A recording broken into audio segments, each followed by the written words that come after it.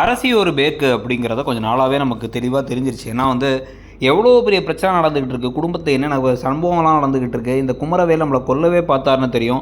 இவர் மன்னிப்பு கேட்டால் விடலாம் போகிறதில்ல, மன்னிப்பு கேட்டால் விடணும்னு நினைக்கிறவருடைய கேரக்டர் இப்படியா இருக்கும் அப்படிங்கிறத கூட யோசிக்க தெரியாமல் சுகன்யா வில்லத்தனமான வேலைகள் தான் செய்கிறாங்க. அவங்க செய்கிறது பேசுகிறது எல்லாமே சரியில்லைங்கிறத கூட உணர தெரியாத ஒரு பைத்தியமாக அவங்க இப்போ என்ன பண்ணுறாங்க அப்படின்னா, ஓடி போய் கடைசியில் அவர்கிட்ட பேசுகிறேன்னு கிளம்பி போய் அவர் கடத்தி கூட்டு போய் கட்டி வச்சு ராத்திரி முழுக்க உன்னை இந்த ஒரு வீட்டுக்குள்ளே வச்சுருப்பேன் நான், ஒரு கவுன் மாதிரி இடத்துல வச்சுட்டு அதுக்கப்புறம் கொண்டு போய் நான் உன்னை விட்டாலும் நைட்டெல்லாம் நீ என் கூட இருந்தங்கிறதுனால உன்னை என்ன செய்வாங்கன்னு பாரு அப்படின்னு பேசிக்கிட்டு இருக்காரு. இந்த சமயத்தில் தங்கமயில் ஏற்கனவே இந்த கல்யாணம் முடிஞ்சோன்னே துரத்தி விடுறேன்னு வேறு சரவணன் சொல்லியிருக்காருல, எல்லாத்தையும் உண்மையை சொல்லி. அந்த சமயத்தில் இப்போ இந்த குமரவேல் எங்கே இருக்காரு அப்படிங்கிறத கண்டுபிடிச்சி இல்லை அவங்க பின்தொடர்ந்து போய் எல்லாத்துக்கும் இன்ஃபார்ம் பண்ணி கல்யாணத்தையும் காப்பாற்றி சதீஷ் அரசி கல்யாணம் நடந்துச்சு அப்படின்னா வேறு வழியே இல்லாமல் சரவணன் தங்கமயில் பற்றிய உண்மையை யார்ட்டையும் சொல்லாமல் வீட்டில் வச்சுக்க வேண்டிய சூழல் ஏற்படும்.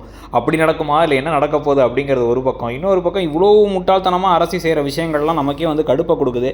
இந்த மாதிரி அப்பப்போ இந்த கல்யாண ட்ராக் வரும்பொழுதெல்லாம் ஏன் இந்த கதையில் ஒரு மாதிரி எரிச்சல் தர விஷயங்கள் நடக்குது.